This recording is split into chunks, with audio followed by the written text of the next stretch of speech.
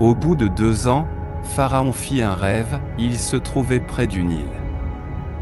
Et voici que, du Nil, montait cette vache belle d'apparence et grasse, et elles se mirent à paître dans les roseaux.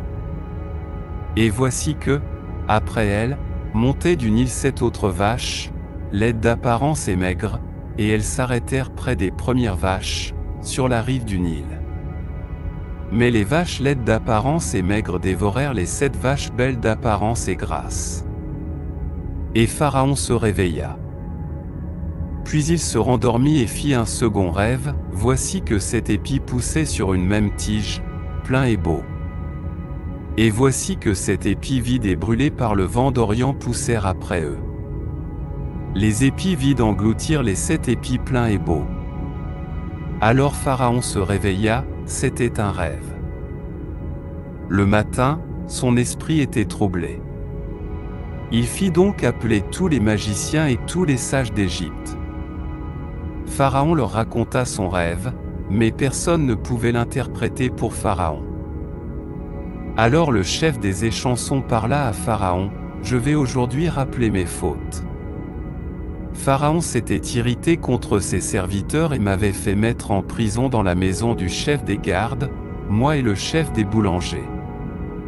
Nous avons fait un rêve, la même nuit, lui et moi, mais chacun de nous a fait un rêve avec une signification particulière.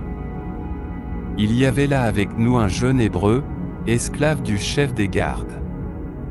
Nous lui avons raconté nos rêves, et il nous les a interprétés, donnant à chacun l'explication de son rêve. Et exactement comme il nous l'avait interprété, ainsi cela arriva, moi, je fus rétabli dans ma charge, et l'autre fut pendu. Alors Pharaon fit appeler Joseph. On le fit sortir en hâte du cachot.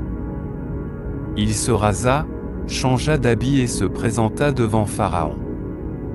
Pharaon dit à Joseph, « J'ai fait un rêve, et personne ne peut l'interpréter. Or, j'ai entendu dire de toi qu'il te suffit d'entendre un rêve pour l'interpréter aussitôt. » Joseph répondit à Pharaon, « Ce n'est pas moi, c'est Dieu qui donnera une réponse favorable à Pharaon. » Alors Pharaon dit à Joseph, « Dans mon rêve, je me tenais sur la rive du Nil. Et voici que montaient du Nil 7 vaches grasses et belles d'apparence, et elles se mirent à paître dans les roseaux. Et voici que 7 autres vaches montèrent après elles, chétives, très laides d'apparence et maigres, je n'en ai jamais vu d'aussi laides dans tout le pays d'Égypte. Les vaches maigres et laides dévorèrent les premières 7 vaches, les grasses. Elles entrèrent dans leur ventre, mais on ne voyait pas qu'elles y étaient entrées, leur apparence restait aussi laide qu'auparavant. Et je me réveillai.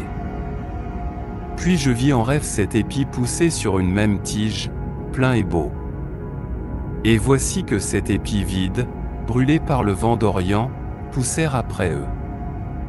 Les épis vides engloutirent les 7 épis pleins. Je l'ai dit aux magiciens, mais personne ne peut m'en donner l'explication. Alors Joseph dit à Pharaon, « Le rêve de Pharaon est un seul et même songe, ce que Dieu va faire, il l'a révélé à Pharaon. Les 7 vaches belles sont cette année, et les 7 épis beaux sont cette année, c'est un seul rêve. Et les 7 vaches maigres et laides qui montent après elles sont cette année, ainsi que les 7 épis vides, brûlés par le vent d'Orient, ce seront cette année de famine. C'est bien ce que j'ai dit à Pharaon, ce que Dieu va faire, il l'a manifesté à Pharaon. Voici, cette année vienne, où il y aura une grande abondance dans tout le pays d'Égypte. Mais après elle, viendront cette année de famine. On oubliera toute cette abondance dans le pays d'Égypte, et la famine consumera le pays. On ne se rappellera plus l'abondance qui avait existé dans le pays à cause de la famine qui suivra, car elle sera très dure. Et si le rêve de Pharaon s'est répété 2 fois, c'est que la chose est arrêtée par Dieu et que Dieu se hâte de l'exécuter.